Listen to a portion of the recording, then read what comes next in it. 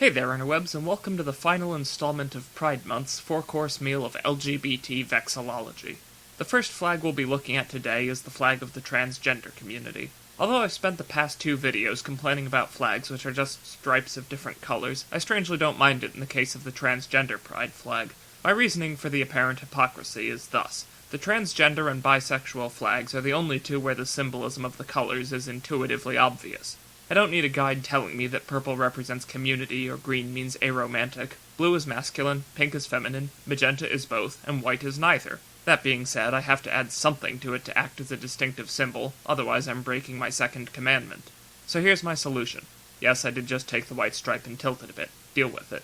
You see, the prefix trans means over, across, through, or beyond. For example, transatlantic means across the Atlantic Ocean, Transylvania means beyond the woods, transuranium means beyond uranium, and indeed transgender means across the genders. Because the blue and pink stripes of the transgender flag represent the traditional binary genders, I laid the white stripe over and across them. Now it traverses the entirety of the design. If we read the flag from left to right, hoist to fly, the white stripe is on the rise, symbolizing rising spirits, growing acceptance, and overcoming bigotry. It also has an additional meaning. In heraldry, a stripe going from the viewer's top right to bottom left is called a bend sinister and is used to symbolize that the bearer is an illegitimate child. The bend sinister on this flag is a token of solidarity with all of the transgender people who have been disowned by their families simply for being who they are. If you think the gays have it rough, just talk to someone who's trans. This one's for them.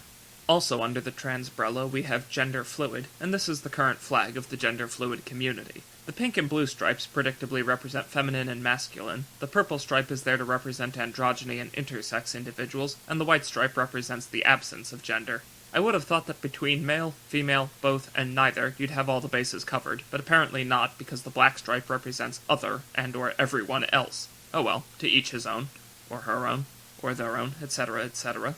This is my redesign for the Genderfluid pride flag, and you can see that it features a wavy central stripe.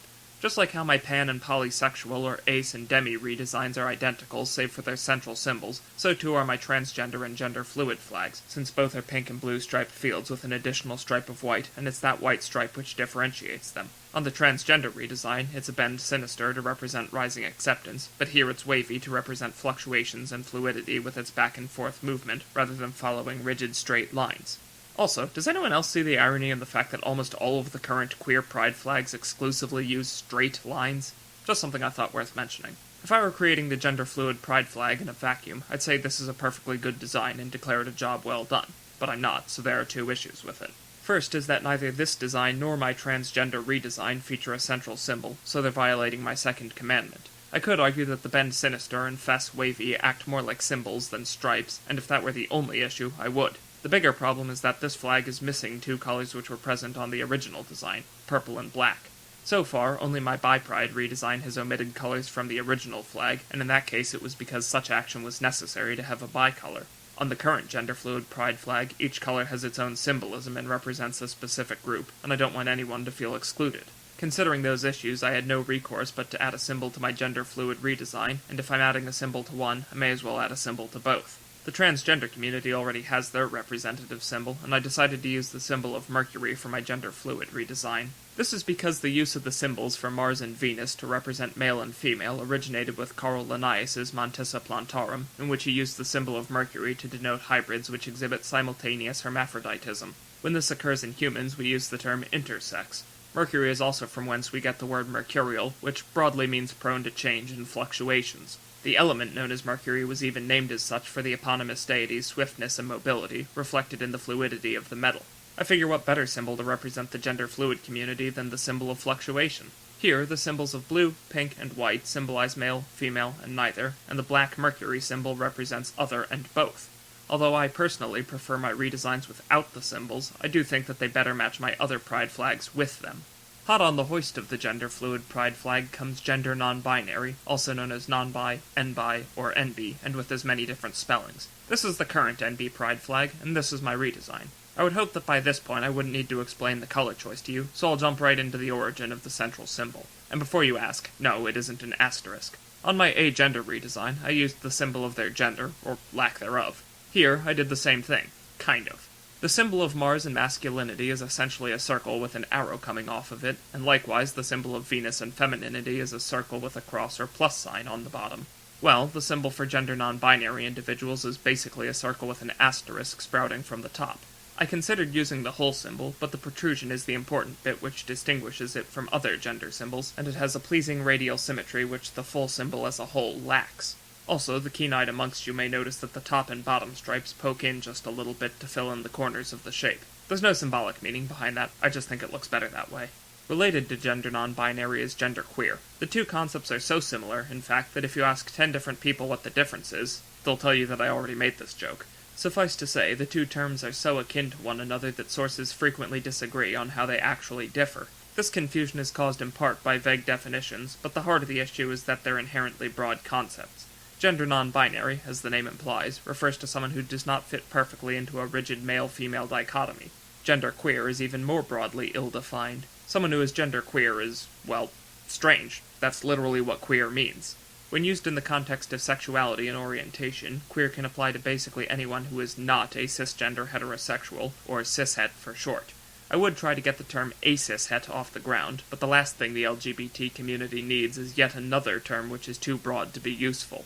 Regardless, genderqueer is very close to gender non-binary, if not synonymous, and this is their flag. Because the two concepts are so similar, they also share a gender symbol. Some sources claim this B** circle represents genderqueer, others say it's Enby, and others still list it as both. For these reasons, I opted to make my redesigns for the two flags nearly identical. The only difference is that where my Enby redesign has a stripe of yellow, this one has a stripe of green. This way, the field of my genderqueer redesign is just an inversion of the current genderqueer pride flag. And, just to give you a little glimpse behind the curtain, my initial Enby redesign looked like this, but I rotated the assignments of black, white, and purple to make it more like the genderqueer redesign. Admittedly, this is kind of breaking my second commandment, which states that each flag must have a distinct central symbol, but in my defense, I said distinct, not unique, and it is certainly distinct. Plus, genderqueer and gender non-binary might be the same thing, depending on whom you ask, so I'm less worried about giving them the same symbol. If you really must distinguish between the two, that's what the different colors of the field are for. The final flag we're going to examine today represents the intersex community, and it raises the question, can a flag be too simple?